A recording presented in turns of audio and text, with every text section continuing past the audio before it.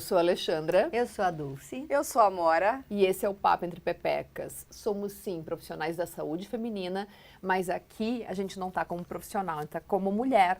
E a gente veio aqui conversar sobre qualquer assunto que interesse a quem tem pepeca ou quem se interessa por pepeca. Tudo isso com muito vinho, risada, diversão e sem nenhum tabu. Não é, meninas? Saúde. Hoje nosso Papo Entre Pepecas vem acompanhado desse rosezinho português, que é o Quinta da Lixa. E esse vinho leve, ele aqui é um vinho verde rosé. Muito leve. Ele é super leve, ele é super gostoso. E a gente vai falar a respeito de um assunto pesadão, que tolhe, que inibe, que lixa a personalidade de várias mulheres. A gente vai falar sobre relacionamento abusivo e a forma de colocar esse lixamento, esse controle sobre os outros. E para conversar sobre isso, para esse bate-papo, a gente convidou uma especialista no assunto, que é a Val Andrade. Bem-vinda, Val. A Val é uma paulistana de 42 anos, a gente tem a mesma idade, Val. Cantora, psicóloga e taróloga. Os trabalhos da Val como psicóloga e com o tarô também, você usa as duas coisas associadas, pelo que eu entendi, eles são voltados a atender exclusivamente mulheres a se conscientizarem e se libertarem de relacionamentos tóxicos, abusivos e desenvolverem suas vidas de forma plena, livres da dependência emocional, financeira e psicológica, porque essas mulheres saem arrasadas nos seus pilares de independência. Como cantora, ela participou do The Voice Brasil, gente, olha, pensa que musa. E eu vi um trabalho recente dela no tal do ABBA in Concert, que é um evento super bacana que tem aqui em Curitiba, musa maravilhosa. E ela usa a presença de palco dela como uma fonte de inspiração para mulheres que buscam se reconstruir após relacionamentos abusivos. Val, muito bem-vinda. E ela tá online, né? Ela tá online, a Val não tá em Curitiba, a Val tá em São Paulo. A gente ainda vai trazer a Val pra cá, pro estúdio, pra gente conversar direto aqui com a gente, pra ela beber também, né, coitada. E, por Val, favor.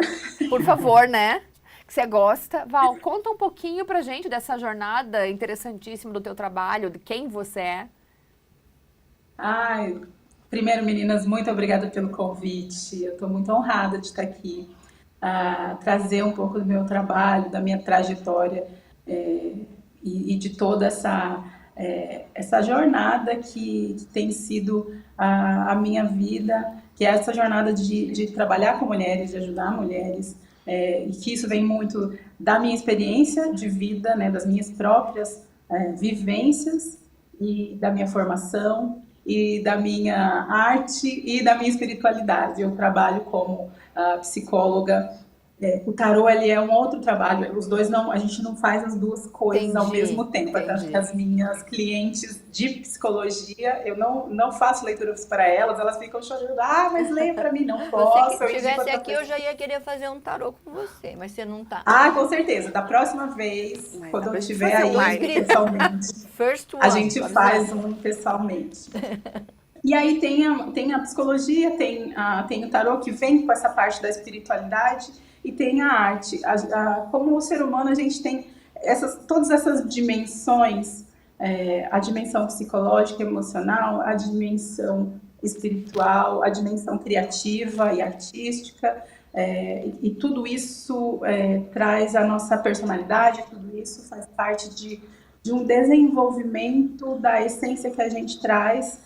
E essas dimensões, quando elas caminham juntas, ou quando uma é alterada, todas as outras são alteradas também. Então, se eu trabalho no palco, estou cantando, de alguma forma, a minha presença no palco, a minha voz, ela vai inspirar mulheres de alguma maneira. O ano passado, quando eu fui para o The Voice, eu estava com 41 anos, já era a minha segunda tentativa no The Voice. A primeira eu fui, eles não viraram a cadeira, foi super frustrante, assim. E aí, quando eu volto, anos depois, né, e tento de novo, e aí dá certo, daí eu passo e fico várias fases no programa, isso serviu muito de inspiração para mulheres que já estavam com 40 a mais, que já tinham perdido sonhos, que eles tinham deixado para lá, e elas vinham falar comigo, a sua história me trouxe de volta um sonho antigo que eu tinha, que eu queria ser artista plástica, que eu queria ser dançarina, que eu queria ser cantora, que eu queria... Enfim, coisas que eu fui deixando pelo caminho. A gente sabe, né, a vida da mulher tem um certo período onde a gente acaba, a grande maioria, né, acaba abdicando de si mesma e dos próprios sonhos, porque tem toda uma questão social de você se casar, de você se tornar mãe, de você se dedicar à família. E grande parte das mulheres, elas passam por isso e deixam seus sonhos de lado. Aí quando a gente está ali com 40 mais, aquele momento onde os filhos já estão crescendo, onde a carreira já está ali consolidada, e o sonho. Então a minha presença no palco acabou trazendo isso para as meninas. Na terapia, eu trabalho muito a questão da dependência emocional, que é o que faz com que a gente fique ligada a dinâmicas abusivas.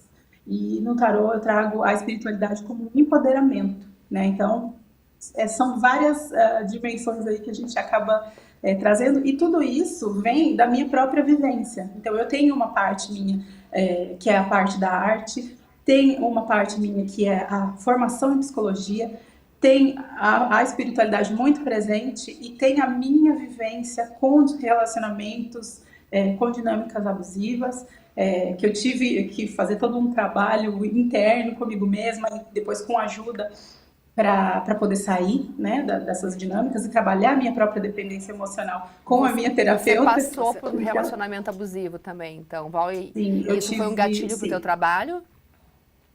Acabou sendo, porque o meu primeiro casamento foi um caos, foi catastrófico. E eu saí muito destruída. A pessoa com quem eu me casei era uma pessoa muito difícil, e talvez tivesse várias questões ali psicológicas, eu não sei, mas eu acabei saindo muito, muito destruída desse relacionamento, e foi um relacionamento potencialmente de risco para minha própria vida, para minha própria saúde. Eu não cheguei a sofrer agressão física, mas as violências psicológicas, violência patrimonial, todas essas aconteceram. E depois que eu saí desse relacionamento foi que eu fui estudar psicologia. Então isso acabou me impulsionando para isso. Sim, a tua vivência pessoal que te motivou a ajudar outras mulheres, isso é genial. E assim, a gente vai conceituar já o que é um relacionamento abusivo, mas Val, a gente é gineco, a Amora trabalha com sexologia humana, e o que a gente vê é que qualquer mulher pode estar envolvida num relacionamento abusivo, não tem classe social, não tem nível educacional, você pode ser uma grande profissional, você pode ser uma pessoa simples, mas qualquer mulher pode ser vítima de um relacionamento abusivo, até porque o abusador, eu diria o sociopata, ele tem habilidades em captar tuas fragilidades e te envolver nesse relacionamento. Então, eu já passou por mim, né, familiares, amigas, pacientes, que você nunca achava que elas iam se envolver desta forma, e aí você vê aquela mulher colabando, sendo neutralizada, desaparecendo na tua frente.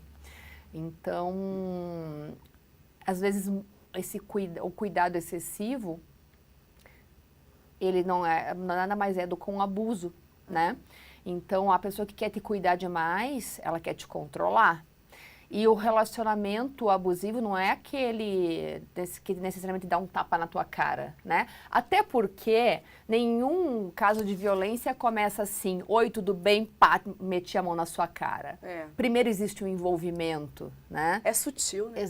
É a sutileza, né? A criação da dependência. E depois os limites vão sendo ultrapassados. Então, Val, o que é um relacionamento abusivo? Bom, o relacionamento abusivo é esse onde existe uma relação de codependência, né, primeiramente, e onde existe todo um trabalho de manipulação para enredar essa pessoa dependente emocional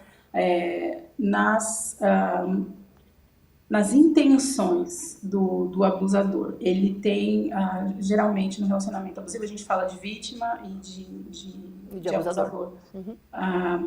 E o abusador, então, ele tem essa intenção de enredar essa vítima para que ele tire dela um conteúdo emocional, sabe, reações emocionais, e que isso forneça para ele a sensação de poder e de controle.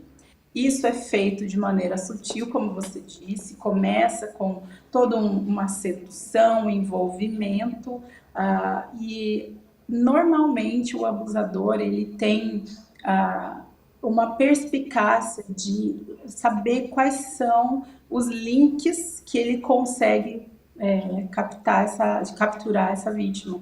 Então, um relacionamento abusivo, ele é caracterizado pela manipulação, assim, a grande característica que define o relacionamento abusivo é a manipulação, tem toda a questão de minar a autoestima dessa pessoa, dessa vítima, o isolamento dessa vítima da sua rede social, da sua rede de apoio. Então, geralmente, esse abusador ele vai afastando amizades, vai afastando familiares, até que essa vítima fique sozinha. Uma das coisas que eu sempre digo para as meninas é que quando a gente entra num relacionamento que começam a acontecer coisas, o comportamento dessa pessoa começa a ser estranho, de forma que a gente precisa explicar para a gente mesma o que essa pessoa está fazendo, porque não faz muito sentido. E que se a gente for contar para alguém, a gente se sente envergonhada. Isso aqui é muito importante de todo mundo saber. Se você está com uma pessoa, essa pessoa faz uma coisa que você tem vergonha de contar para sua amiga, Ai, que necessário. você tem vergonha de contar para sua terapeuta, que o fulano que a pessoa fez uma não sei coisa, das quantas. Isso já começa a ficar, você já tem que ficar atenta. Se você precisa explicar para você mesma o porquê da pessoa estar agindo de maneira estranha, ou você precisa pausar a maneira como você sente o comportamento dessa pessoa, para você explicar para si mesma por que ele está fazendo isso. Certamente você está começando a se enrolar com uma pessoa que vai trazer problema para você para frente, e se a gente releva a primeira ação estranha tipo de uma pessoa no relacionamento. Tipo, você sai com uma saia curta, o cara te dá uma bronca porque você estava com saia curta, e você chega, não, realmente ele tinha razão, a minha saia era muito curta mesmo, né? Você fica se justificando para você mesmo que, não, ele tem razão, eu falei alguma coisa errada, ou eu vesti alguma roupa inadequada, você acaba dando razão pro abusador, né? Ele vai te convencendo de que é errado. Mas eu acho que isso ainda é o... É o comecinho. É o superficial, mas é o começo. Eu já vi coisas assim como desqualificar a pessoa ter um círculo de amizades, né? E esse abusador, ele desqualifica essas amizades antigas de uma vida. Porque a tua amiga é isso, é aquilo, é sei lá Deus o quê. E começa esse processo de isolamento. Ou ele dá um piti, um piripaque. Mas é que para ele chegar nesse nível, ele tem que começar com um grau menor. Isso aí é o segundo passo. Porque quando ele começa a te isolar das tuas amigas, ele já exerceu um certo domínio pelos seus procedimentos, né? Ele tem que começar com encantamento, dizendo quanto você é linda, quanto que ele é apaixonado, quanto que ele te quer bem, né? Porque primeiro ele exerce esse convencimento. Você é a mulher mais importante da minha vida. E eu só tô te falando isso pro teu bem. Né? Então ele começa com esse convencimento. Depois, numa segunda etapa, que ele começa a interferir na sua vida. O quanto ele te ama, o quanto ele te adora, o quanto ele te adora. É muito sutil esse começo, né? É muito sutil. Ninguém te ama tanto quanto eu te amo. É uma arte ser abusador. É uma arte. Mas é um cara inteligente. É um cara demais. Mas é um cara inteligente. E a gente, tem muita mulher abusiva também, né? A gente não tá, mas aqui o foco é falar sobre mulheres, mas tá cheio de mulher abusiva também, né? Não vamos achar que uma outra aqui. Mas não é o caso, não é o caso, pessoal. Mas a gente observa que o abusador geralmente é um cara muito inteligente, muito perspicaz, com uma personalidade sedutora, né? Que num primeiro contato tato, você se encanta por aquela pessoa, e aí quando você começa a conhecer as histórias, a primeira reação é desqualificar a vítima. Fala, nossa, acho que ela é louca, acho que ela está viajando, mas isso ela não passa lá na frente. Mas são pessoas agradáveis, sedutoras, que você queria trazer para o teu vínculo. Fala, nossa, que cara legal. Né? Nossa. Às vezes eles vêm também com essa sedução, muitas vezes vem assim, né, com uma coisa romântica, esse homem que quer tomar conta de você, que quer te envolver, que coloca você num pedestal, que você é uma rainha, que você é uma deusa, e muitas vezes eles vêm com uma outra, tem um outro aspecto aqui que pega muita gente, e a gente não fala, nem todo mundo fala sobre isso. Quando esse homem ele vem te seduzir pelo seu maternar. Quando ele se coloca como um pequeno indefeso bebê na sua frente, ele chora por um motivo assim, que ele foi injustiçado na vida, que ele sofreu na infância.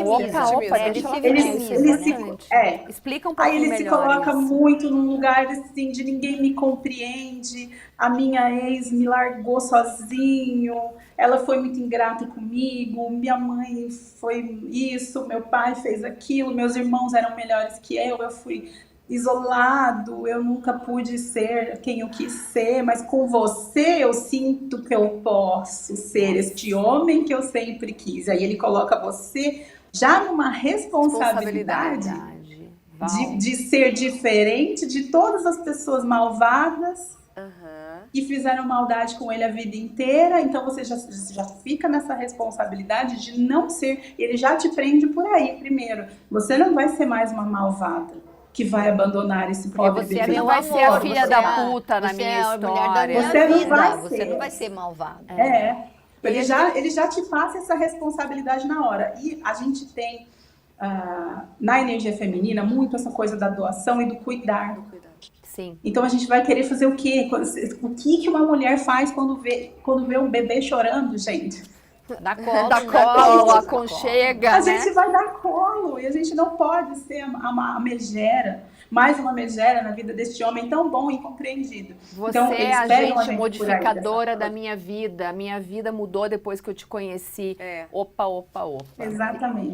Exatamente. E aí, ele dependendo de qual é a reação que a pessoa apresenta, que você apresenta, ele pode te pegar, então, pela maternagem, pelos aspectos da fragilidade dele. Ele pode te pegar pela tua autoestima, por exemplo.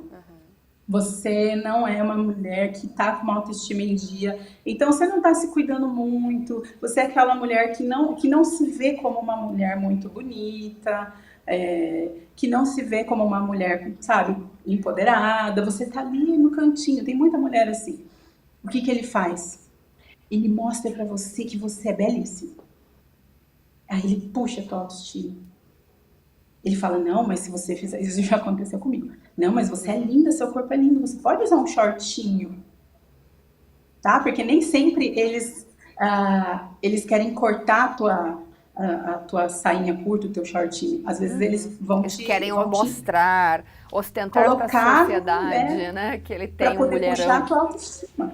Exatamente, para puxar a tua autoestima, para você, de repente... Nossa, eu era uma gata borralheira, mas com ele, foi ele que me deu isso. Foi ele que me deu esse empoderamento, foi ele que me deu essa autoestima. Ele coloca você num lugar onde você nunca esteve. Geralmente... o que acontece é que eles pegam a gente no lugar onde a gente sente que está faltando, que não tá bem resolvido, não está completo. Então, às vezes uma mulher, ela sente que ela está muito largada de si mesma, não está se cuidando, não é bonita, nunca me senti bonita, sempre fui aquela que foi deixada de lado, que não fui escolhida. Aí vem esse homem incrível e te escolhe. E vê assim como se fosse a Cinderela, a gata borralheira, cereja do bolo. Exatamente, ele vem lá, o príncipe, para te resgatar, porque você finalmente vai descobrir que você é linda, assim. Ou então, essa que não se sente muito útil, que não, sabe, assim, que não se sente muito produtiva, aí ele vai mostrar que você tem uma capacidade. Ele vai pegar a gente onde está a falha, onde está aquela falta nossa. E outro perfil também, né? Aquela, assim, uma coisa é cuidado no relacionamento, você ter o cuidado com o teu parceiro. Cara, meu marido gosta de abrir a porta do carro e puxar a cadeira desde que a gente se conhece. Mas a gente respeita muito as individualidades do outro. Ele é uma pessoa educada, gentil. Uma coisa é isso. Outra coisa, e é mesmo, né, você sabe, né? Outra coisa é o cara que ele pega, ele se coloca como teu cuidador. Nossa, você tinha aquela deficiência, às vezes que você saiu de um relacionamento onde existia muito individualismo e tal, e o cara, não, de repente, eu vou cuidar de você, eu vou abraçar você, eu vou cuidar até do que você come, né? E geralmente ele mira naquela mulher que se mostra muito forte, muito poderosa, sabe? Essa mulher bem resolvidona, mas que no fundo, assim, não tem quem cuide dela. No fundo, ela só queria ser mimada. Então, ele mira nessa também. Então, são as combinações, sabe? E um mesmo cara, um mesmo abusador, ele pode se transformar, ele pode mudar de faceta dependendo da vítima que ele está querendo enlaçar ali na armadilha dele. Então, ele pode ser um bebê chorão para uma, mas ele pode ser, sabe, o protetor para outra. Entendi. Você sabe que esse perfil de mulher que você falou agora, a gente que atende mulheres, né? Eu, a Ali, a ginecologia, a gente vê mulheres muito fortalecidas profissionalmente, né? São advogadas, são dentistas, são mulheres resolvidas, mas que tem essa carência social, né? Essa pessoa de que, batalhando, tô há anos trabalhando, sou sozinha, sou resolvida, tenho meu carro, tenho meu apartamento, mas daí tem aquele buraco que é aquele buraco afetivo, aquele buraco emocional, que justamente permite a entrada desse biotipo muito aí, bem colocado. Desse cara aí, porque ela é super bem profissionalmente, socialmente, com os amigos, mas esse cara sente essa brecha que, na verdade, ela é essa mulher que queria ser mimada, que queria que abrisse a porta, que queria receber flores de vez em quando, que queria que combinasse o final de semana em algum lugar. E esse perfil de mulher forte, mas que emocionalmente permite essa entrada desse perfil de abusador, né? E aí, como sair? Eu tô com o caso de uma amiga minha que esses dias, né? Como que eu faço pra falar com você? E eu percebi que ela tava precisando num relacionamento abusivo, porque ela mudou a foto do perfil. Pra mim, colocou do nada ela a foto do perfil? Ela toda pra Frentex também, independente. E aí do nada ela começou a postar muita foto assim do perfil, tanto do Instagram quanto do WhatsApp, do lado da pessoa. Eu falei, nossa, é um perfil assim, já achei esquisito. Aí vi que ela sumiu, a gente marcava as coisas, ela não aparecia, aí a gente já começou a identificar que ela tava, né? Passaram-se mais ou menos uns 2 anos, semana retrasada ela me ligou, me mandou uma mensagem, perguntando como estava a minha agenda, e eu percebi que ela precisava conversar e a foto dela estava sozinha. Eu falei, bingo, né? Era o que a gente estava imaginando mesmo. E eu larguei tudo, eu brinquei que eu tinha um date naquela sexta-feira, eu larguei tudo para receber ela na minha casa. E aí ela começou a contar a história, pois é, a gente brigou. Gente, abusiva assim do começo ao fim, nesses 2 anos. E aí endividou ela, o cara é usuário de droga. E aí, só que assim, né, é o que levou ela para viajar. Eu falei, mas você precisava disso? Você não consegue viajar? Para onde você foi, assim, né? Trabalhando, a gente dá umas cutucadas, assim, né? Como amiga, né? Não falando como profissional ali. Tentei. E aí, assim, conversei, ouvi. Na verdade, fui muito mais ouvinte dela do que tentar dar algum conselho naquele momento, que acho que ela precisava mais era falar mesmo. Não quis julgar ela naquele momento ali. Isso. Mas é exatamente o que vocês estavam falando, né? Ela ali, toda independente, Gente, ela já é vó, sabe? Ela tem os filhos criados, uma família linda, e se permitiu aquilo por causa num determinado momento, ela ficou com medo de ficar sozinha, foi essa fala. Eu tenho muito medo de ficar sozinha, porque ela já teve 3 casamentos, e ela tem ali na casa dos 40 e pouquinho, e ela falou assim, e eu deixei me envolver, porque eu tava com medo de ficar sozinha, e ele mostrou um universo pra ela que naquele momento era gostoso. Vamos viajar e você paga as contas. Vamos viajar. Bem. Só que aí inverteu, né? Porque daqui a pouco ela começou a ficar endividada, porque o cara... Sim. E aí o que é mais interessante da fala dela, que eu quero deixar aqui depois pra Val complementar, é que ele dizia assim pra ela em alguns momentos, mas... Eu voltei a usar porque, olha só, você me provocou. Nossa. Olha, você fez isso. Você não me atendeu, você não atendeu aquela ligação. E ela falou que ela ligava de chamada de vídeo pra ela Ele voltou a usar drogas e culpabilizou ela. Exatamente. E aí, assim, ele diz assim, mas porque eu tô fazendo isso? Porque você me provocou? Porque você... E aí a gente entra num processo de culpa o tempo todo. A mulher já é assim por natureza, né? De carregar o saquinho de culpa por causa de autoestima, por causa de tudo que você tava falando aí. E aí vem mais forte isso ali, por uma carência emocional que ela tinha, se deixou levar por esses 2 anos. E aí eu ouvi, tentei ajudar ela da forma que eu pude ali, né, numa sutil também, porque eu não estava fazendo um processo terapêutico com ela ali, não era meu papel naquele momento, recebendo ela na minha casa. Ali, né? Mas lógico que se ela precisasse, eu já ia seguir nesse caminho. Pensei, nossa, que bom, né, com a conversa, ela conseguiu desabafar, eu consegui colocar meu ponto de vista sem julgá-la, mas percebi que ia dar boa. Ai, meninas, deu menos de uma semana que eu olho o WhatsApp, ela tá com a foto com o cara de novo. Eu falei, e aí, Val, a pergunta que eu tenho pra fazer, como que a mulher... Isso tem vários, a gente podia contar vários casos aqui que eu já atendi também, mas enfim, né, o foco é você aqui. Como que a gente ajuda essa mulher no momento, assim, pra ela entender de fato que ela não precisa disso? Isso é uma das coisas mais difíceis.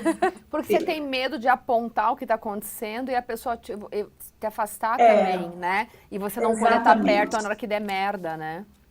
É que às vezes a pessoa só quer desabafar mesmo, né? Quando você mostra o que está errado e você apontou que a solução te livra dessa pessoa, a pessoa fala, não, ela não foi boa para mim, né? Ela não, o conselho que ela me deu não é o melhor para mim agora, eu não estou preparada para isso, né? Então, e acaba confirmando uma eventual fala posição do cara, né? Que de repente fala suas amigas, não querem ver a gente junto. Ela quer prejudicar a gente. Ela tem inveja de você, porque você tá comigo, porque eu te proporciono isso, porque eu te dou colo, porque a gente faz isso, aquilo e outro. Ele conseguiu afastar ela da família inteira, dos filhos, dos amigos e... Mas aí você tem uma amiga, uma paciente, uma pessoa próxima que você detecta que tá alguma coisa muito errada acontecendo. E aí? Você fica quietinha? A pergunta da Amora. Isso, e o que você faz, é a mesma pergunta. O que você faz, Val? Aqui a gente... E agora, Val? Como começar o processo de desintoxicação? O pessoal tá nos ouvindo e quer saber o que fazer. Diz que Val. Diz que Val. A gente... Aqui é muito delicado. E mesmo que a gente saiba que esse relacionamento da nossa amiga, dessa nossa irmã, dessa nossa prima, dessa nossa tia, é um relacionamento abusivo, uma das coisas mais contraditórias que tem é que, assim, por mais que a gente saiba, a gente não pode afirmar que é. Jamais pode dizer pra minha amiga, você está numa relação abusiva. Não pode. Vou parar de falar. Faz um efeito rebote. Por quê? Uma mulher que já passou por 3 casamentos, como é o caso dessa moça, que vamos usar ela de exemplo, que já é avó, que já tem os filhos criados, que já tem uma profissão, uma carreira consolidada, uma mulher que já passou por tanta coisa, que tem uma experiência de vida, ela jamais vai admitir que ela se deixou enredar num relacionamento abusivo. Tem uma coisa que acontece com as mulheres que estão em relacionamentos abusivos, que é o nosso ego. Ele entra num lugar de orgulho, de não dar o abraço a torcer. Eu não me deixaria entrar numa relação abusiva. Isso não é um relacionamento abusivo. Ele só tá com alguns problemas. Nossa, tô arrepiada agora. Arrepiei mesmo. Isso é uma armadilha. Com alguns problemas só. Ele só tá com alguns problemas. E provavelmente eu causei esses problemas. E eu posso ajudar, né? Porque eu posso tanta coisa, eu ainda posso ajudar essa pessoa que ele tanto passou por muita coisa nessa vida. Ele passou por... Acho que ele entende isso. O nosso ego, ele já foi todo trabalhado por esse cara, já foi todo preparado por esse cara, pra gente não... Primeiro, que a gente... Imagina, né? Eu, uma psicóloga, né, com tantos anos aí de carreira, uma cantora que tá no palco, super empoderada. Imagina se eu entrei num relacionamento abusivo. Eu sei muito sobre isso, imagina se eu vou me deixar. Mas sim.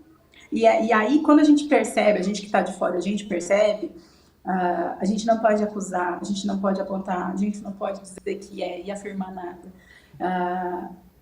O nosso papel aqui é de acolher, o nosso papel é de não julgar. É muito engraçado. Eu estava estar próxima. Estar próxima, mas não tão próxima que pareça invasiva. Sim, é muito delicado, gente. É muito delicado a gente ter alguém próximo. Que está numa situação dessa, porque a gente fica se sentindo impotente de ver que a pessoa está sofrendo e não poder ajudar, é uma pessoa que a gente gosta. Então, em alguns casos, o melhor que a gente faz é não interferir mesmo. E isso é duro para o nosso coração, porque a gente sabe que aquela pessoa está em sofrimento, que aquele sofrimento não vai amenizar, ele só vai piorar. Porque o relacionamento abusivo, toda vez que uma pessoa termina e volta pior. Porque o ciclo do abuso, ele é uma espiral crescente, sabe? Ele começa ali pequenininho, com pequenos abusos, pequenas intromissões, pequenas invasões de privacidade, pequenas ultrapassagens de limites simples. E isso vai crescendo, vai aumentando. Então, uma hora que a mulher sai porque aquilo foi demais, esse cara, ele investe novamente com muito mais afeto. Ele faz, nos relacionamentos de dinâmicas narcisistas, a gente chama isso de hoovering, porque é quando a mulher se afasta e ele puxa de volta. E para fazer o hoovering, ele vai, assim, se transformar no príncipe encantado. Ele vai chorar, ele vai mandar flores, ele vai dizer que ele não vive sem ela. Ele vai para a igreja, ele vai para a clínica de recuperação. Mas você não pode interferir, o que você vai fazer? Só deixar ela se afundar cada vez mais? Só essa mulher pode sair. Não vai deixar ela se afundar cada vez mais. Você está de brincadeira. Não pode ser. Porque a gente não pode ser. Não combina com a minha personalidade. Não, Val, não. A gente não vai deixar a pessoa se afundar, mas também a gente não pode interferir em certas dinâmicas, como amiga, como irmã, como terapeuta, como psicóloga. Eu não posso interferir. Mas você pode dizer assim, você é linda, você é maravilhosa, você não precisa disso, amiga. Não, mas se você fala, não precisa disso, amiga, ela lascou. Ela não... Já é uma interferência. Ela faz negação do processo, Oh, né? Deus. Val, você falou das dinâmicas narcisistas. O abusador geralmente é o cara com transtorno de personalidade narcisista? Qual a relação? Todo abusador é narcisista, nem sempre? Me conta isso. Não, nem sempre. Alguns relacionamentos tóxicos, alguns abusadores não necessariamente têm o transtorno de personalidade narcisista. Esse é um transtorno diagnosticado, está lá dentro do manual de doenças mentais, né? Do DSM. E para fazer esse diagnóstico é muito complicado, é muito delicado, porque para se ter esse diagnóstico, um laudo, olha, você tem um transtorno de personalidade narcisista, a pessoa precisa procurar ajuda. Mas quem tem o transtorno de personalidade narcisista não procura ajuda. Ele é foda. Porque ele sente que ele é todo poderoso. Eu já fiz diagnóstico em uns assim que convivem com a gente vê por aí. Mas é tipo aquele diagnóstico meio que, né, clandestino ali, vem por fora. Clandestino. Guardei pra mim, obviamente, né? Porque daí você não vai sair falando pra pessoa, você tem transtorno. Primeiramente, que para você diagnosticar uma pessoa, essa pessoa precisa ser teu paciente. Exato. Você tem que estar uma relação médico-paciente. Exatamente, não é assim. Mas o transtorno de personalidade narcisista, ele tem a descrição e os critérios diagnósticos que a gente pode dar uma olhadinha e falar, essa pessoa tem esse comportamento, se parece muito com o que eu vi aqui na descrição do transtorno. Então, por via das dúvidas, vamos começar a lidar com essa pessoa como se fosse para nossa proteção. Eu digo isso a mulheres que estão nessas dinâmicas de relação abusiva. Então, assim, tem um transtorno de personalidade narcisista, isso precisa ser diagnosticado, tem que ter um laudo assinado por um psiquiatra, um psicólogo, com acompanhamento, e é isso. Mas tem as dinâmicas narcisistas, que são esses relacionamentos onde uma das pessoas apresenta esses comportamentos que são característicos desse transtorno. Agora, tem os relacionamentos abusivos, que não necessariamente as pessoas envolvidas têm o transtorno de personalidade narcisista. Então, assim, uma relação pode ser abusiva e não necessariamente a pessoa ser narcisista, mas todas as pessoas que têm esse transtorno vão estar envolvidas em relações abusivas, porque o narcisista, diagnosticado ou não, ou com grandes chances de ser, ele não se relaciona genuinamente com ninguém. A relação dele é buscando suprimento emocional para si. Então, não é troca. A relação é troca. No caso do narcisista, não. Então, ele tem todo exatamente. Ele tem todo um repertório comportamental que visa encontrar a vítima de quem ele vai sugar o conteúdo emocional que ele precisa para se suprir. É suprimento que a gente fala, né? Nas relações de dinâmicas narcisistas, o que o abusador narcisista quer é suprimento emocional que ele tira dessa vítima. Então, qualquer reação emocional que uma pessoa tenha numa dinâmica dessa, para ele serve. Se você estiver muito feliz, se você estiver assim nas nuvens, sabe, flutuando com esse homem, é suprimento para ele. Se você estiver arrasada, se você estiver jogada no chão, ali em posição fetal, chorando por uma coisa que ele fez, é suprimento emocional para ele. Então, quando uma pessoa sai de uma relação que tem essa dinâmica, a gente adota um protocolo chamado contato zero, porque aí não dá chance de fazer o hoovering, que é puxar de volta. O hoover é o aspirador, né? Então, ele aspira essa vítima de volta. Então, contato zero. Ou quando não dá para ser contato zero. E contato zero é autoexplicativo, né, gente? Contato zero é bloqueio tudo, é nunca mais falar, é nunca mais saber dessa pessoa. Isso é muito difícil de fazer, já aviso aqui. E tem uma outra forma também, um outro protocolo que é o pedra cinza. Que assim, quando a mulher, por exemplo, ela se relacionou com um cara abusivo, narcisista, e ela tem um vínculo com ele, por exemplo, filhos, ela não pode cortar. Isso que eu ia perguntar. Né? Não pode cortar totalmente o contato com esse cara, porque é o pai do filho, porque daí vão ter questões ali, né? Visitação, pensão, e aí você vai ter que lidar com isso. Então, a pedra cinza é o quê? Você se transforma numa pedra cinza. Você não tem nada de atrativo, você não tem nenhuma reação, você não tem uma cor, você não tem uma reação emocional, você não vai esboçar nenhum tipo de reação que indique para ele o seu estado emocional. Porque, gente, é muito sutil. É muito sutil. Se ele conhece você, ele sabe coisas íntimas suas. E ele vai fazer essa leitura muito rapidamente. Se você esboçar algum tipo de descontentamento, uma carinha feia que seja, uma raivinha que seja, alguma resposta que você dê para ele, além do sim, não e do ok, já é uma porta por onde vir. Eu gostei dessa pedra cinza. Eu tô pensando que algumas pessoas tinha que ser uma pedra cinza.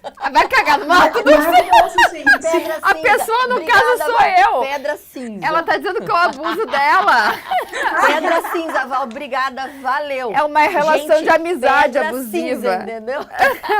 Mas, eu Val, te boto pra cima, eu faço todas essas coisas pedra com cinza você. Pra você.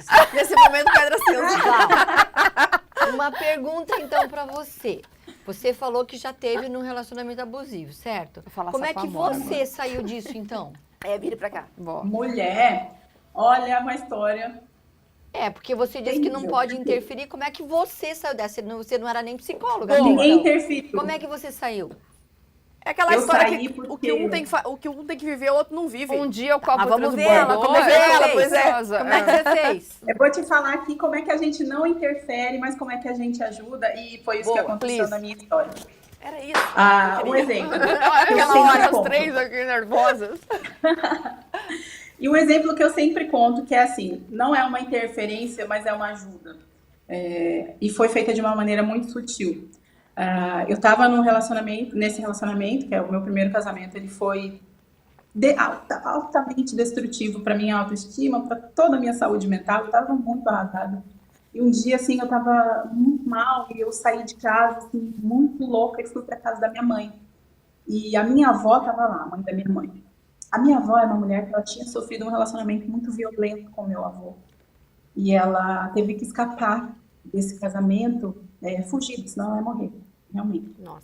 Foi muito, muito pesado. Ela tinha 9 filhos, ela teve que deixar esses filhos com esse pai para ela poder fugir, para ela poder fazer tratamentos de saúde, porque ela precisava fazer cirurgias, de tanto que ela tinha sofrido violência, ela precisava de cirurgias para reconstruir algumas partes do corpo dela, e ela precisou fazer isso. Então ela tinha um filho mais velho que já morava no Rio de Janeiro, foi o que ela fez, foi a desculpa, assim, o escape dela foi para tratar da saúde, e de lá, do Rio de Janeiro, ela foi para São Paulo e não voltou nunca mais para o Pernambuco, que era onde morava a família, e ela teve que fugir desse homem, e esse homem era um homem extremamente violento, extremamente abusivo, terrível. E daí com o tempo ela voltou a trabalhar, ela se recuperou, trouxe os filhos para morar com ela e tal, e seguiu a vida dela.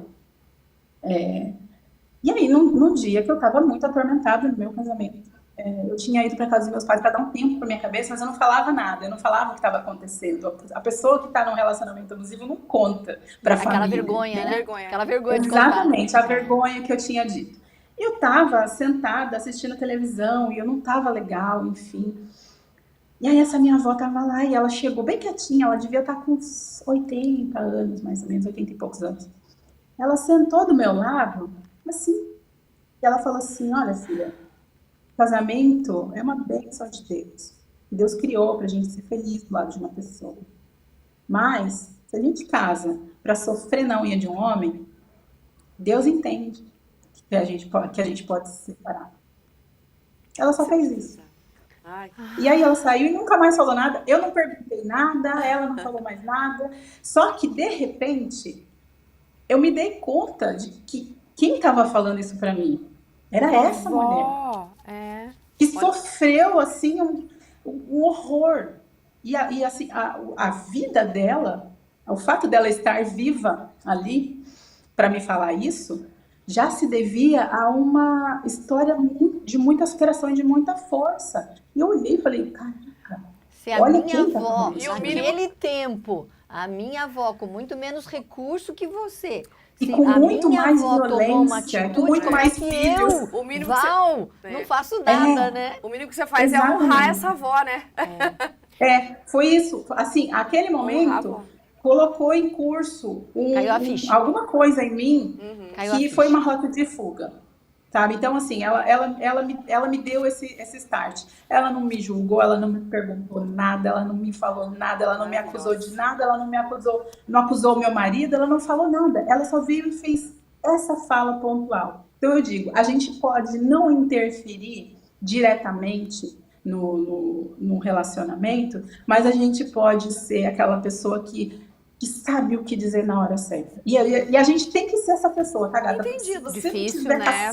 Para bancar essa fala, você não se atreva a mexer. Tá bom. A partir dali, colocou em curso, então, um tipo de uma rota de fuga para eu sair daquela relação. E eu comecei a observar aquelas dinâmicas. Eu era uma menina muito nova, gente. Eu tinha 26 anos.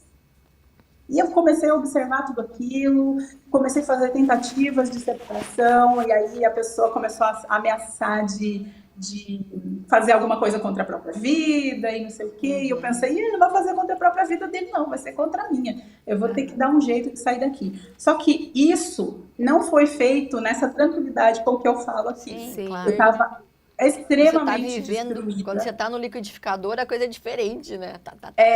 E eu sentia que a minha vida estava em risco, não só porque ele podia fazer alguma coisa contra a minha vida, mas que também eu estava adoecendo.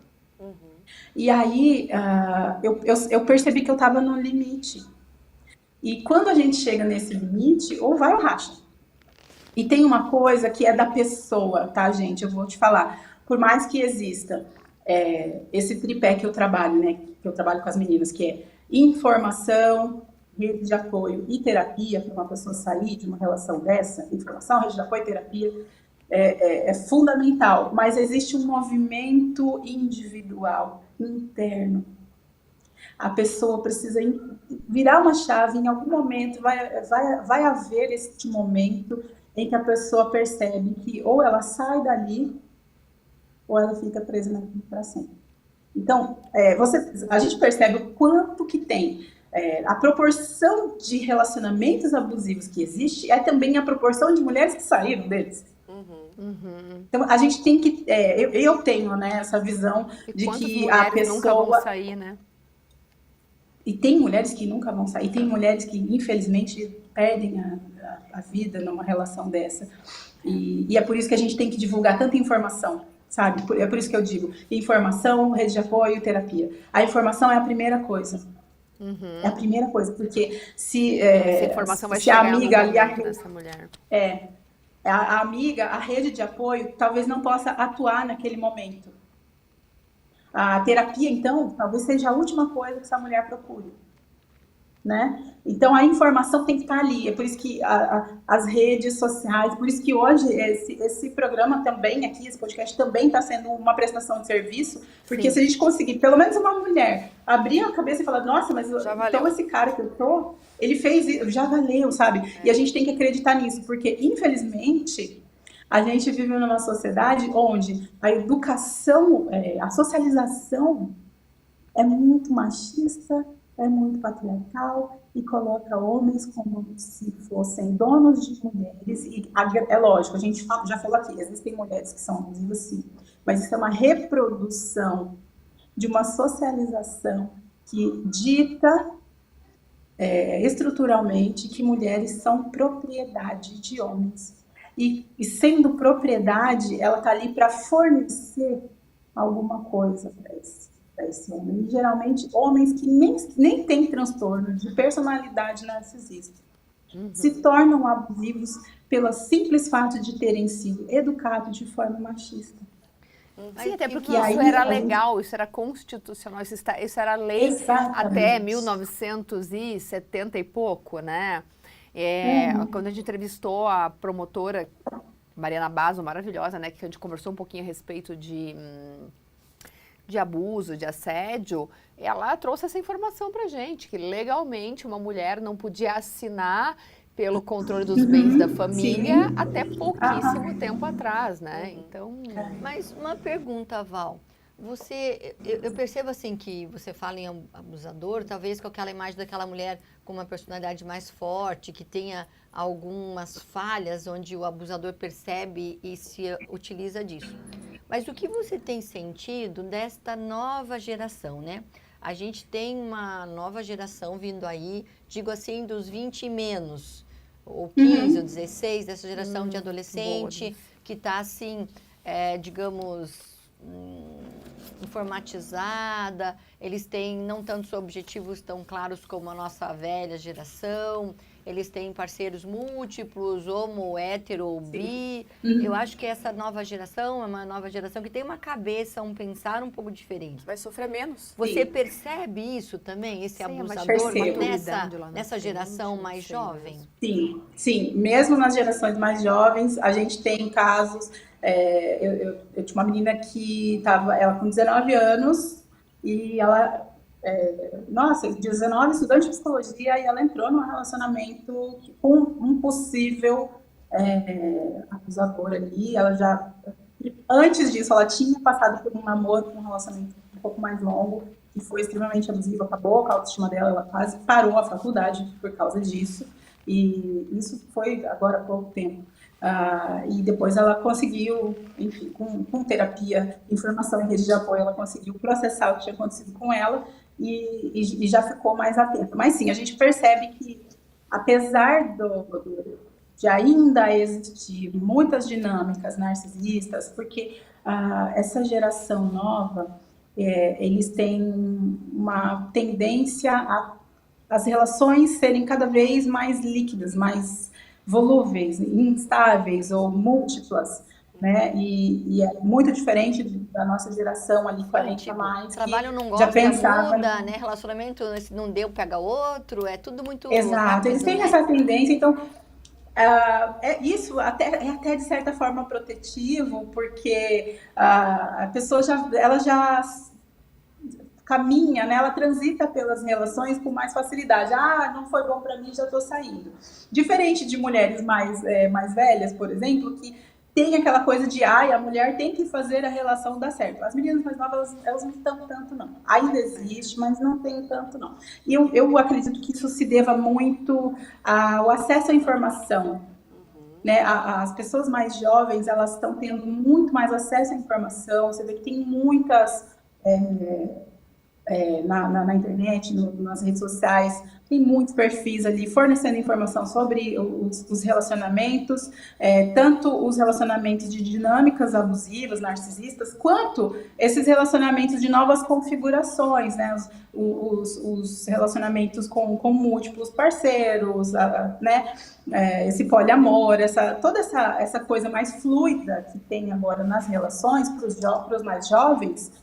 vem com um bombardeio de informações, então eles têm mais como se proteger, como identificar uma dinâmica, porque ela já viu sobre isso, ela já leu sobre isso, né? Uma menina ali de seus 16, 17 anos que vai começar, talvez nos relacionamentos, ela já leu sobre isso. E tem pessoas, e tem outras mulheres falando sobre dinâmicas abusivas, tem muitas profissionais falando sobre isso. Então, o acesso à informação, como eu disse, a informação é o que chega primeiro. A primeira coisa que, né, se eu não tivesse, por exemplo, lá no meu caso, com a história da minha avó, que foi uma coisa super íntima, não estava na internet lendo nada, buscando informação nenhuma, mas eu sabia a história dela.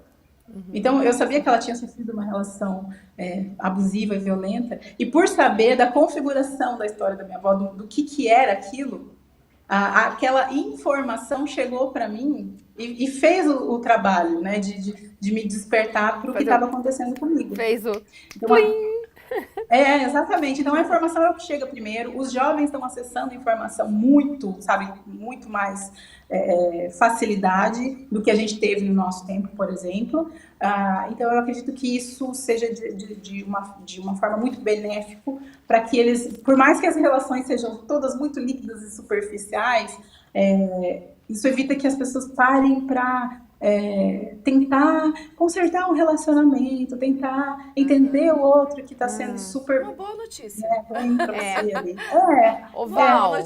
O Val, um ping-pong aqui. Tá bom, vamos lá. O que a pessoa tem a vida dela e apareceu o cara que a vida dele é toda lascada antes, ele é o incompreendido...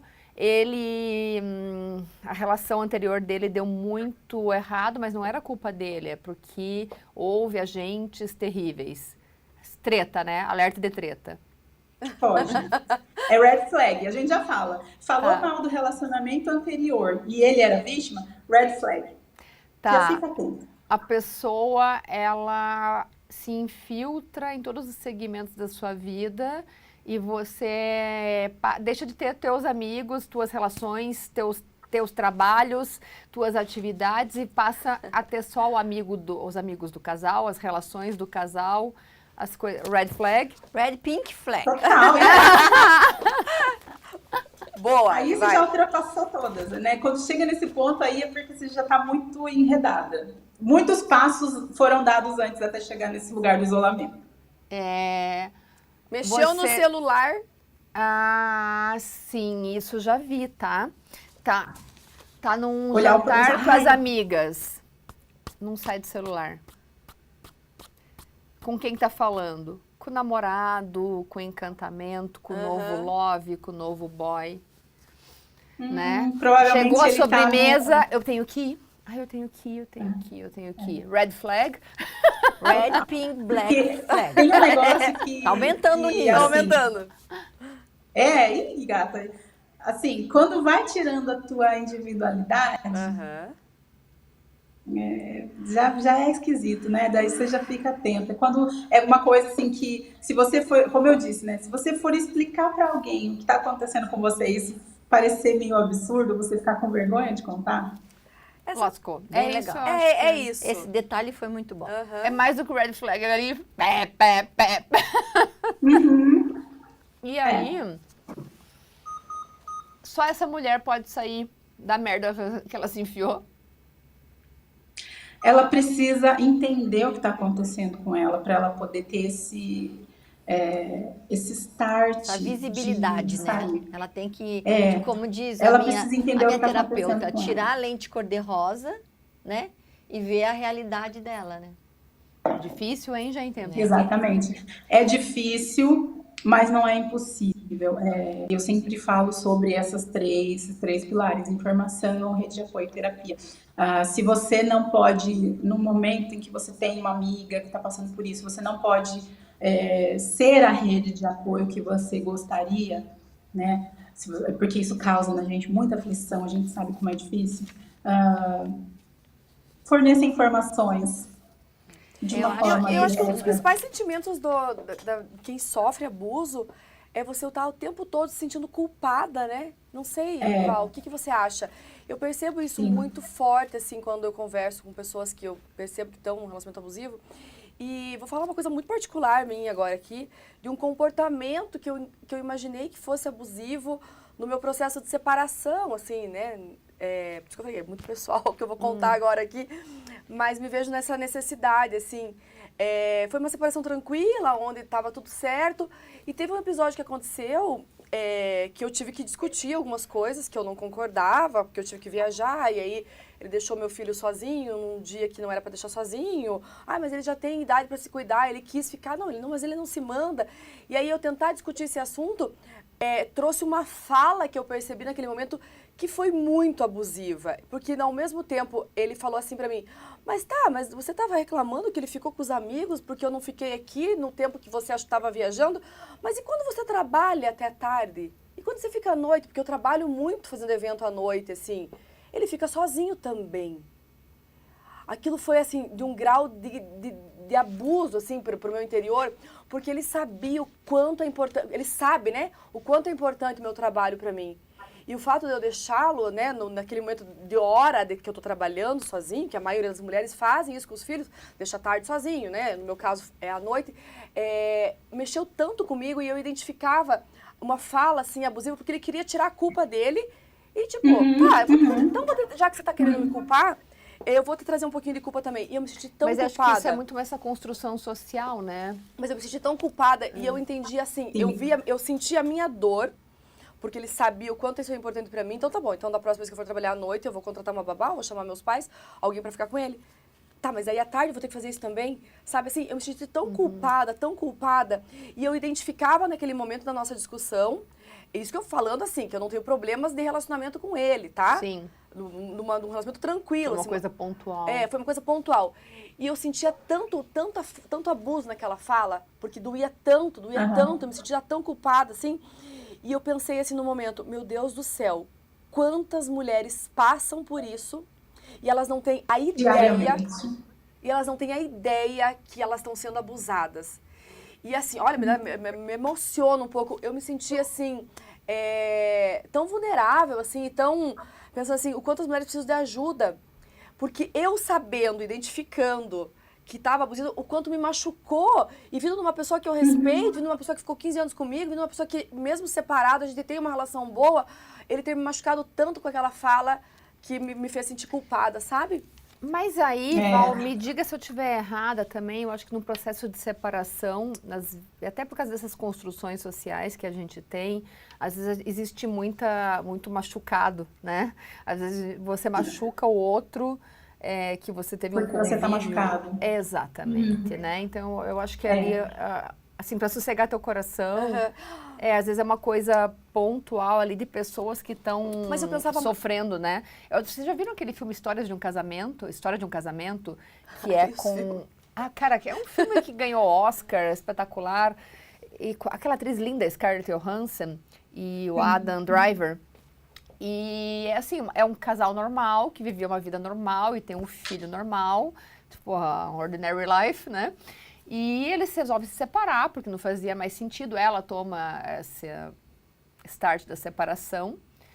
E aí começa a entrar advogado e começa a dar uma merda dos infernos. E os dois passam a se ofender e um foder com a vida do outro. Então, eu acho que tem muito disso no processo de separação, que é mais uma coisa que a gente pode conversar. Tô errada, Val? Não, tá certa. Tem uma diferença, né, de você trocar mágoas numa separação e o abuso mesmo, o abuso psicológico, sabe? Que é sistemático, essa inversão de culpa de maneira sistemática, e que não acontece só assim num dia onde estamos aqui nessa discussão e aí você está me acuando, me colocando contra a parede, então eu vou reagir também. Exato. Te empurrando de volta. Né? Mas assim, eu acho que foi muito esclarecedor e principalmente para quem está nos ouvindo, né? que são coisas que eu vou guardar para mim. Como é que é? O pedra cinza. Pedra cinza. Perfeito, Val. Virei a pedra cinza da Val. Esse é uma ferramenta que tô levando para casa em várias outras situações, a tal da pedra cinza. E a vergonha, né? E o red flag. Achei bem interessante de você comentar sobre esses sinais, essa questão de você ter vergonha de contar para tua melhor amiga o que aconteceu. Então, acho que quem está nos ouvindo aqui vale a reflexão. E fica a dica, né? Para prestar atenção nesses detalhes. E é isso, foi muito Val, legal. assim, eu consegui fazer 2 perguntas que eu tinha programado.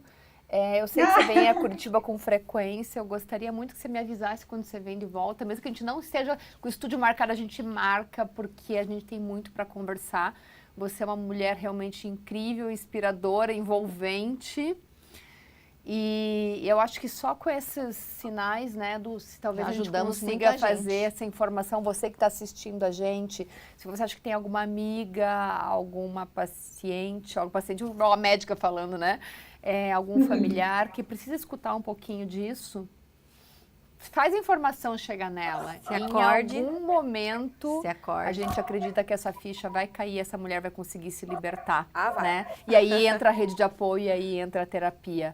Val, muito, muito, muito, muito obrigada. Eu espero ter você de volta em breve para continuar essa conversa, que foi só assim a pontinha do iceberg. Você é incrível. Obrigada. Se você gostou, curte, comente, compartilhe. E a gente vai continuar aqui, porque o Papo Entre Pepecas ainda vai cutucar muita coisa que precisa ser falada. Obrigada, Val. Obrigada, meninas. Obrigada a você que está ouvindo a gente.